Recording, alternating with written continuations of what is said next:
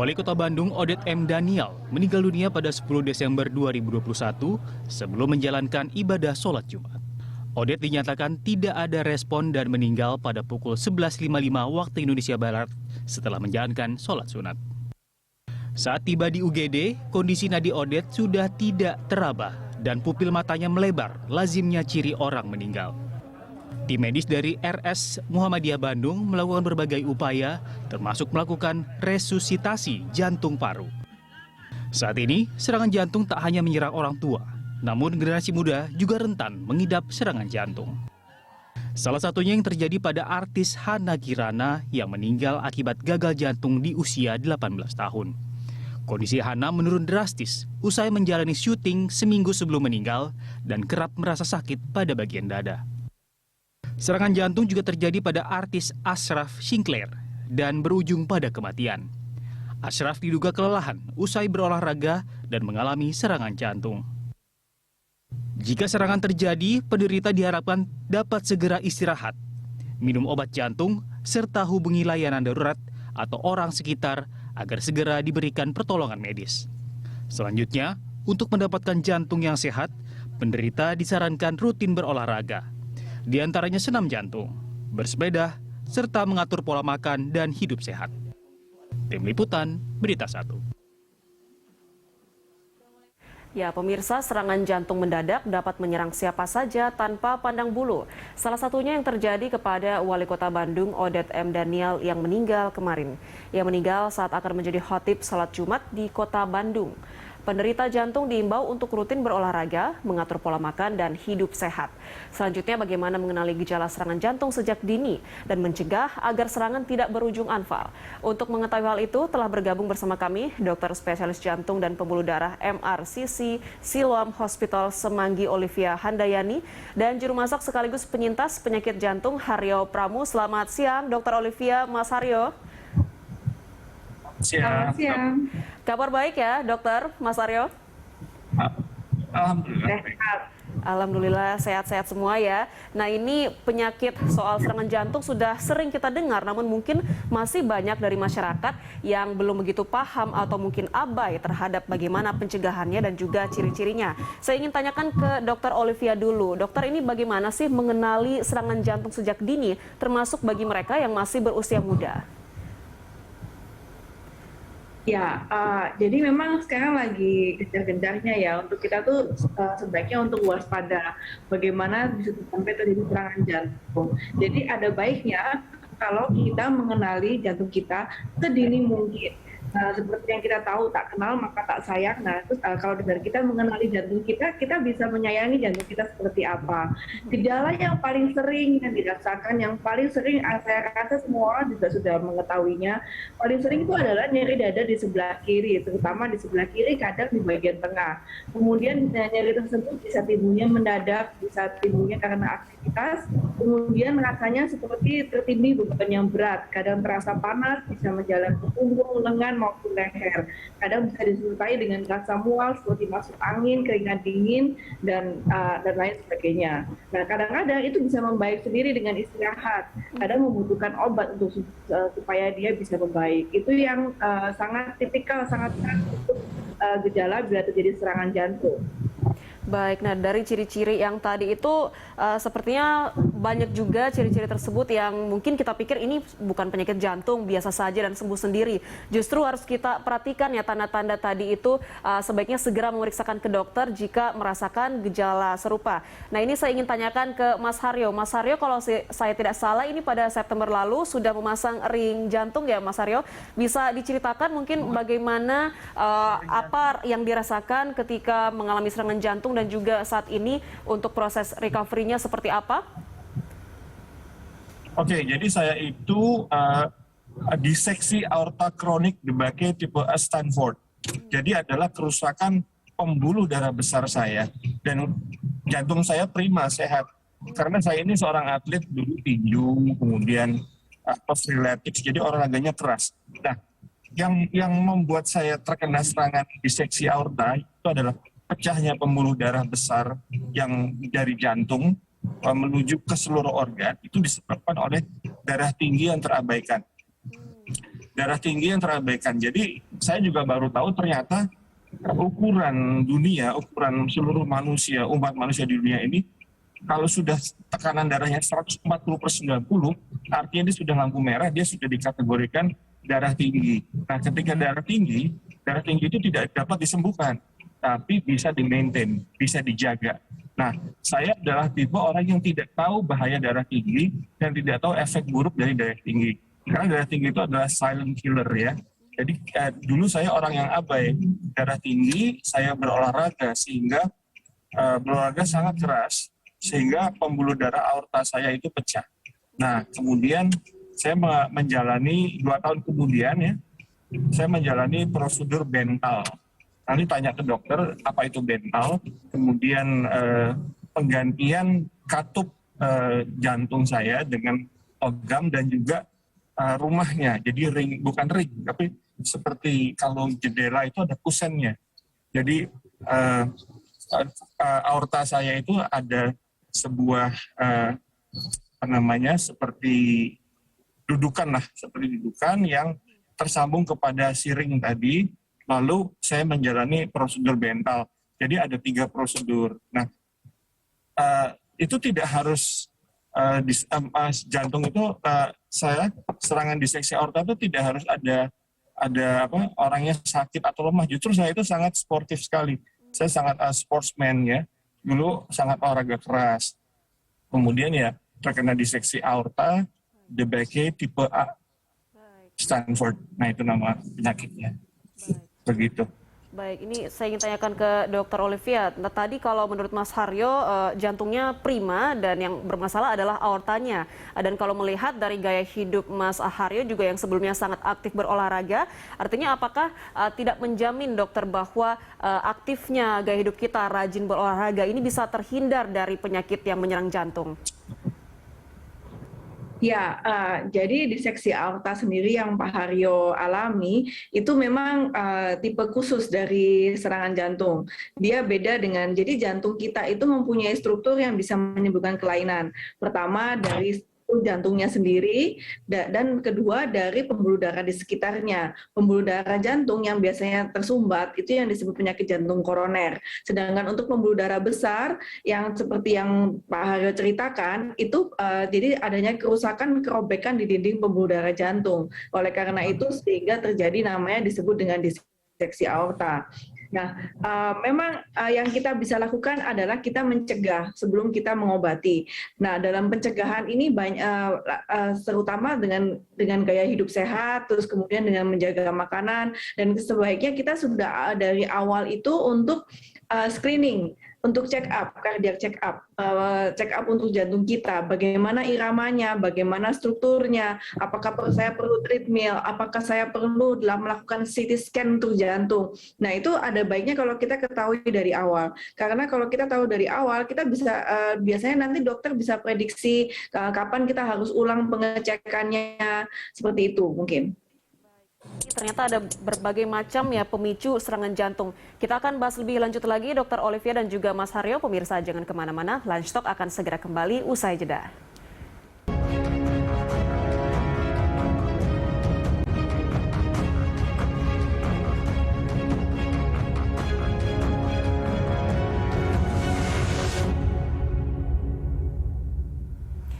Ya, pemirsa, penderita jantung harus segera beristirahat jika mulai kelelahan serta menjaga pola hidup sehat. Penderita juga harus waspada dengan gejala sesak nafas dan nyeri di dada untuk mencegah serangan jantung mendadak.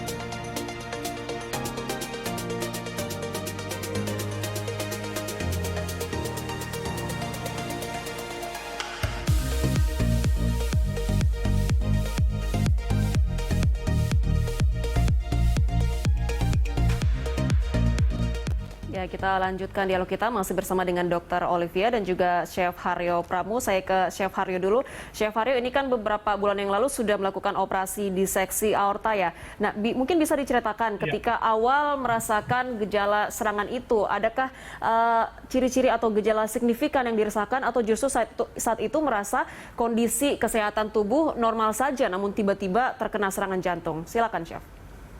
Iya, jadi memang saya itu seorang olahragawan sangat positif, sudah berhenti merokok sudah 6 tahun lebih, dan tubuh sangat prima. Tapi ketika itu jam setengah 8 pagi, serangan diseksi aorta itu terjadi di Pantai Indah Kapuk waktu itu. Dan itu pagi-pagi hari.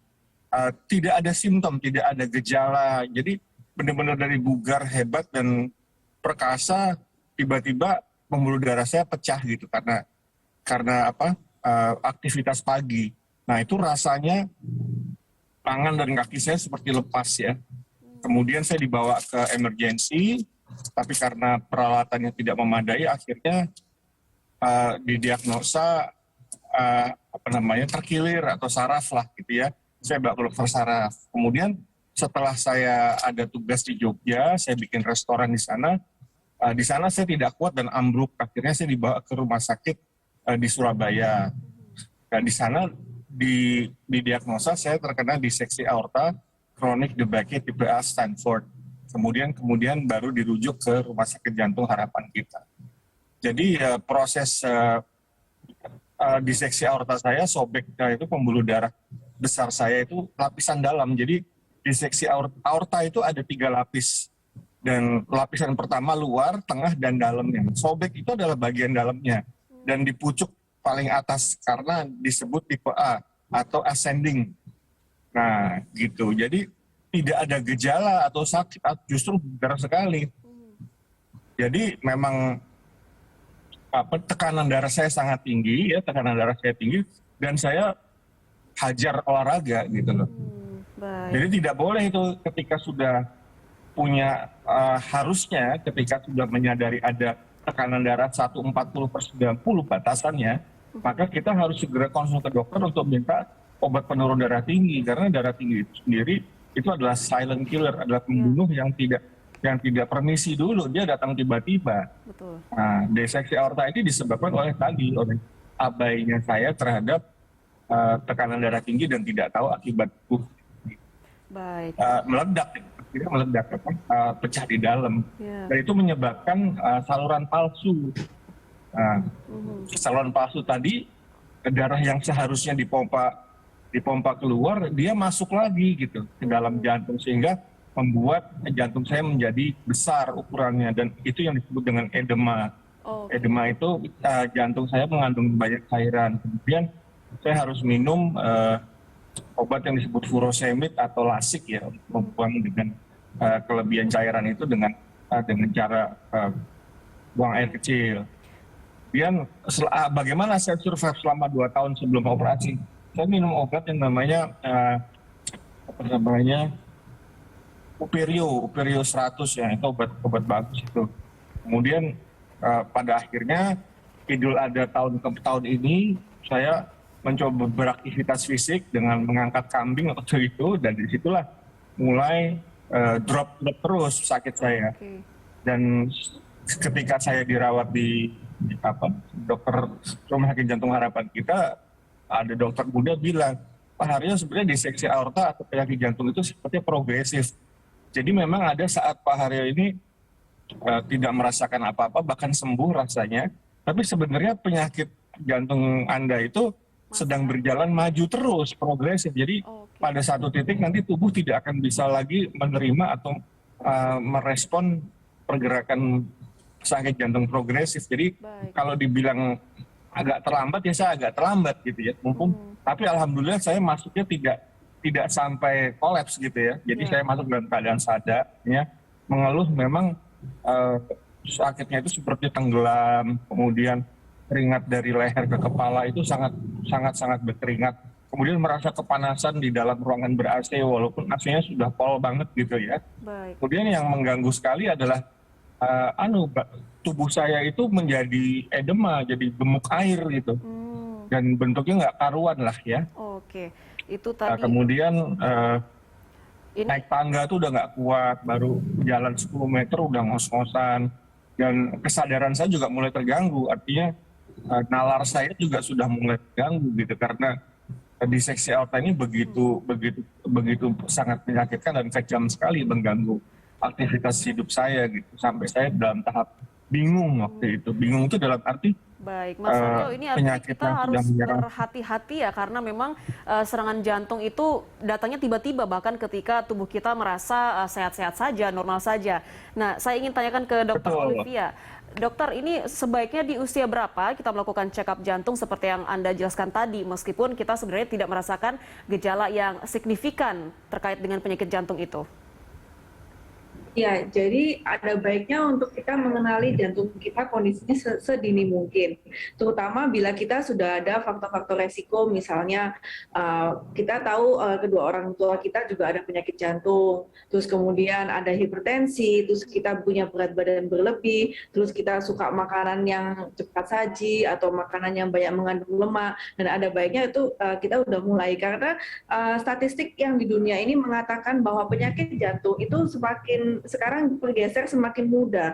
Jadi nggak harus nunggu umur 40-an udah harus ngecek. Bahkan sekitar umur 30, akhir 20, awal 30, ada baiknya kalau udah mulai cek juga. Jadi supaya kita tahu baseline-nya jantung kita tuh seperti apa. Apa yang harus kita siapkan di masa tua kita. Jadi umur boleh bertambah, tapi jantung kita harus tetap muda. Betul, Gitu. betul. Dan memang benar seperti yang dikatakan Pak Haryo, memang kadang-kadang gejala itu seringkali bersifat progresif, itu yang menyebabkan orang itu abai. Misalnya dirasakan hanya seperti masuk angin, atau oh ini cuma sakit asam lambung saya nggak enak nih, saya stres pekerjaan, terlalu banyak minum kopi misalnya. Tapi sebenarnya itu adalah suatu serangan jantung di awal, dan itu nanti membaik sendiri kalau dia tuh memang belum menyebabkan suatu gejala yang signifikan. Nah, di situ orang berpikir, oh ini udah enakan, ini bukan apa-apa. Akan tetapi, sejalan dengan waktu, mungkin sekitar 5-10 tahun ke depannya, kita nggak pernah tahu apa yang sebenarnya terjadi kalau kita dari awal kita nggak screening dulu. Baik, itu sangat pentingnya untuk melakukan screening dari awal. Nah, ini beberapa kasus serangan jantung terjadi saat penderita sedang kelelahan dan juga ada yang sedang tidur. Ini bagaimana cara penanganannya agar tidak berujung ke kematian, dokter? Jadi bila terjadi serangan jantung, yang pasti saat sudah misalnya serangan jantung yang misalnya seperti nyeri dada terasa nggak enak, tertindih benda berat, terasa disobek. Biasanya tuh kalau di seksi aorta ada rasa seperti disobek di bagian punggung, atau nggak rasa sama sekali tapi terasa badannya nggak enak semua. Ada baiknya untuk kita segera cek ke rumah sakit tentu saja. Dan bila itu terjadi sampai misalnya terjadi saat tiba-tiba hilang kesadaran, banyak sekarang video-video dan bahkan di TV-TV diajarkan bagaimana pertolongan pertama, bagaimana melakukan pijat jantung, yang pijat jantung untuk memompa jantung saat itu sambil memanggil bantuan. Itu yang bisa kita lakukan untuk sedini mungkin memberikan bantuan hidup dasar sebelum dia sampai kepada rumah sakit terdekat, atau sampai ambulans datang atau penolong yang berqualified datang. Ya, itu banyak sekarang video-video yang bisa kita lihat di mana-mana. Diajarkan untuk cara pijat jantung pada saat terjadi kegawat daruratan. Baik, nah ini kalau yang saya catat dari ceritanya Mas Haryo tadi, awalnya dari penyakit tekanan darah tinggi ya. Mungkin ini ada hal-hal yang harus diperhatikan dokter dari para penderita penyakit darah tinggi agar nantinya tidak berujung ke penyakit jantung? Ya, jadi nilai dari tekanan darah sendiri itu sekarang semakin bergeser. Kalau dulu 140, 150 dibilang oke untuk usia tua. Nah, sekarang semua 130, 80 udah panduan dari Amerika mengatakan suatu kondisi prehipertensi, berarti sebelum terjadinya hipertensi. Jadi sebisa mungkin kondisi tekanan darah kita di bawah itu. Memang sejalan dengan kita melakukan aktivitas, itu bisa meningkatkan tekanan darah. Misalnya kita sedang jogging, treadmill, olahraga, goes, semuanya itu bisa meningkatkan nadi dan meningkatkan tekanan darah. Nah, ada baiknya kalau kita yang mempunyai, kita tahu tendensi kita adalah tekanan darah tinggi, ada baiknya untuk kita ukur. Saya selalu sarankan pasien-pasien saya yang mempunyai hipertensi atau minum obat tekanan darah tinggi secara teratur, saya sarankan untuk mereka mempunyai diary sendiri untuk tekanan darah. Mereka biasanya ukur sendiri pagi bangun tidur dan satu kali lagi malam sebelum tidur. Untuk mereka bisa tahu biasanya itu apakah, dan itu membantu kami juga untuk apakah terapinya sudah optimal, perlu tambahan obat atau tidak, bagaimana responnya terhadap terapi yang diberikan. Nah, itu dan selain di samping juga menjaga pola makan. Kalau misalnya darah tinggi, kita lebih cenderung menyarankan untuk rendah garam, kurangi makanan yang berminyak, yang berkolesterol, gorengan, perbanyak sayur dan buah, dan lain sebagainya. Mungkin seperti itu ya. Diri sendiri juga sebagai penderita harus melakukan evaluasi secara terus-menerus ya terkait dengan kesembuhan atau upaya untuk menangani masalah hipertensi itu sendiri. Saya ingin tanya ke Mas Haryo. Mas Haryo, setelah melakukan operasi diseksi aorta, ini perubahan gaya hidup seperti apa yang harus Anda jalani? Nggak ada, justru malah kesembuhan itu harus dikejar. Karena saya ini sebenarnya kena stroke ringan ya, sebelah kiri saya. Dan kemudian pada saat saya itu sempat hilang tuh 10 hari. Maksudnya ya hilang tuh saya tidak bisa ngomong kasar ya, tapi ibaratnya tidak ada di dunia ini 10 hari lah gitu. Karena saya sempat diberhentikan jantungnya itu selama 3 jam 16 menit. Dan itu berefek kepada stroke ringan saya.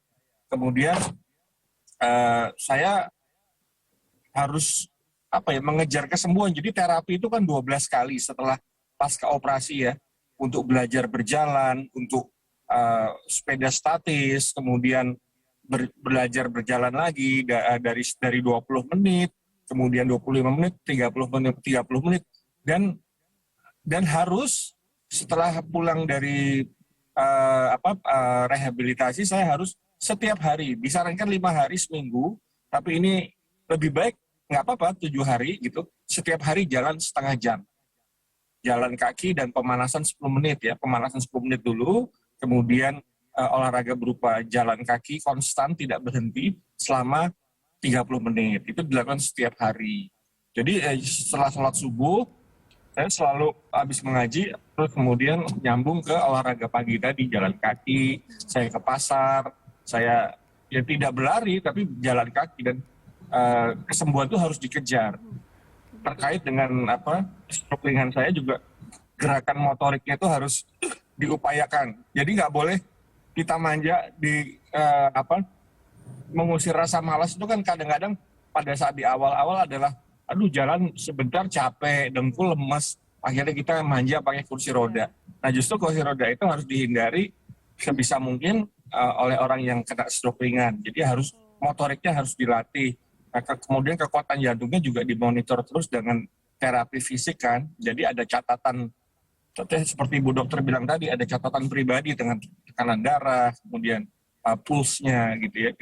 Kita harus, karena obat jantung itu sebenarnya di custom sesuai dengan kebutuhan individunya. Seperti saya, kenapa saya harus terus laporan tentang tekanan darah, kemudian tekanan nadi saya, itu karena kebutuhan obatnya nanti juga di custom. Yang jelas pengencer darah ya, pengencer darah itu saya malam tuh nggak boleh makan makanan hijau-hijauan yang mengandung klorofil. Karena kandungan klorofil itu dapat mengentalkan darah. Karena katup saya sudah katup logam ini, sudah besi. Sudah tidak natural lagi. Jadi itu harus menggunakan pengencer darah, dan pengencer darah itu musuhnya adalah klorofil, zat hijau daun tadi. Jadi saya makan sayurnya pagi. Oke. Tapi saya nggak ada pantangan karena tidak ada koroner saya. Sehat, sudah scan semua bagus jantung saya. Baik. Artinya ini meskipun sudah pernah terkena serangan jantung, bukan berarti aktivitas fisik itu ditiadakan ya, Mas. Tetap harus ada olahraga demi kesehatan tubuh juga. Yeah. Baik, kita akan lanjutkan dialog kita di segmen ketiga usai jeda. Pemirsa jangan kemana-mana, kami segera kembali.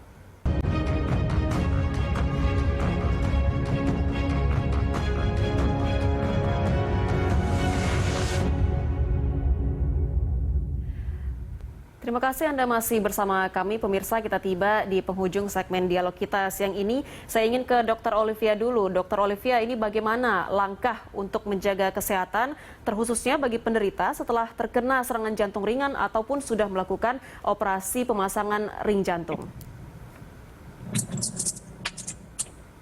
Jadi banyak langkah yang bisa kita lakukan sehari-hari itu untuk mencegah bagaimana dan memelihara apa yang sudah kita dapatkan. Misalnya kita sudah kena pasang ring atau kita sudah pernah didiagnosis penyakit jantung. Pertama tentu saja obat-obatan teratur, kontrol ke dokter jantungnya dan secara teratur. Kemudian yang bisa kita lakukan sehari-hari, pertama kita bisa monitor tensi. Kemudian secara berkala kita cek bagaimana gula darah, kolesterol, asam urat, apakah semuanya dalam keadaan baik.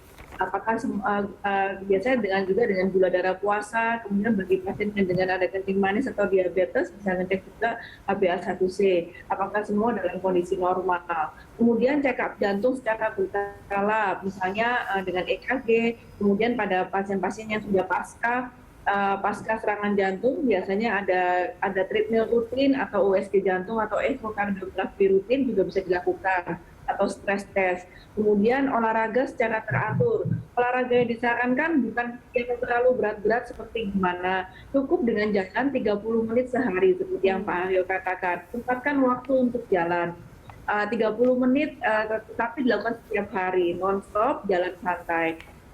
Bagi mereka yang suka bersepeda, saya sarankan untuk goes santai, nggak usah yang goes jarak jauh misalnya, karena nadi yang terlalu tinggi juga kadang-kadang berbahaya memicu timbulnya aritmia atau kelainan irama. Jadi saya sarankan goes santai atau kemudian atau bisa juga dengan sepeda statis, itu juga oke. Dan ada baiknya untuk kita tahu target nadi kita sebaiknya berapa. Target tekanan darah kita sebaiknya berapa. Nah, itu nanti bisa dikonsulkan dengan dokter jantung dari setiap orang masing-masing. Mungkin demikian ya. Kemudian kita juga bisa jaga makan makanan yang sehat, pola hidup sehat, jauhi rokok, jangan stres. Pola makan sehat itu apa? Perbanyak buah, perbanyak sayur, bila tidak ada kontraindikasi. Khusus untuk kasusnya Pak Haryo, pada pasien-pasien yang dengan menggunakan antikoagulan atau pengencer darah golongan antikoagulan memang tidak boleh terlalu banyak zat hijau, tetapi bisa dikompensasikan yang lain, misalnya perbanyak dari bagian buah. Terus kemudian pada pasien-pasien yang dengan ada kadar gula terkendali tinggi, kita kurangi dengan makanan-makanan yang berkalori, misalnya kita ganti pilihan nasinya, pilihan dagingnya, mungkin seperti itu ya. Baik, ini sebenarnya cara untuk menjaga kesehatan jantung itu sederhana ya dokter, tergantung dari kemauan kita sendiri saja untuk melakukannya. Baik, saya ke Mas Haryo. Terakhir Mas Haryo, silakan Anda sampaikan pesan atau juga mungkin tips dari Anda sebagai penyintas dalam menjaga kesehatan jantung. Singkat saja, silakan. Ya, untuk yang punya darah tinggi dengan tekanan darah 140/90 itu sudah dikategorikan darah tinggi dan harus segera konsultasi dokter. Kemudian jangan ke dokter pada saat sudah sakit. Nah, ini kebiasaan orang Indonesia. Kalau sakit baru ke dokter. Sebenarnya yang dikatakan Bu Dokter tadi benar ya. Kontrol itu bukan berarti kita harus sakit ya. Justru kita mengetahui kondisi awal. Bisa jadi diseksi aorta saya ini memang sudah bawaan lahir atau mungkin pernah kecelakaan karena ada luka dalam, atau misalnya seperti tadi tekanan darah tinggi tapi saya terlalu keras berolahraga. Nah, itu bermacam-macam. Intinya jangan ke dokter jantung pada saat sakit jantung atau sudah kolaps. Dan itu biasanya hebatnya dokter Indonesia bisa menangani pasien-pasien yang sudah parah begitu. Baik. Kalau orang sudah punya kesadaran pasti ada gejala langsung periksa gitu. Betul. Bukan menjadi paranoid, tapi justru kita aware dengan badan kita. Betul. Jangan abaikan darah tinggi, kemudian merokok itu nggak ada gunanya. Karena sebenarnya hilang efek merokok itu baru 10 tahun, baru bersih badan kita. Nah, saya baru 6 tahun. Terasa hari ini ya dokter, tapi nanti pasti akan terasa. Baik. Iya, apa yang dilakukan di umur 20, 30, itu 20 tahun kemudian akan dibayar itu. Iya. Begadang, gaya hidup, masak, pola makan, merokok, minum minuman drug alkohol itu berefeknya 20 tahun kemudian. Baik, ini semoga pemahaman masyarakat terkait menjaga kesehatan jantung dan juga penyakit jantung semakin baik ke depannya agar penanganannya dan juga pencegahannya akan semakin baik. Terima kasih banyak Mas Haryo dan juga Dr. Olivia sudah berbagi bersama kami siang ini. Salam sehat selalu.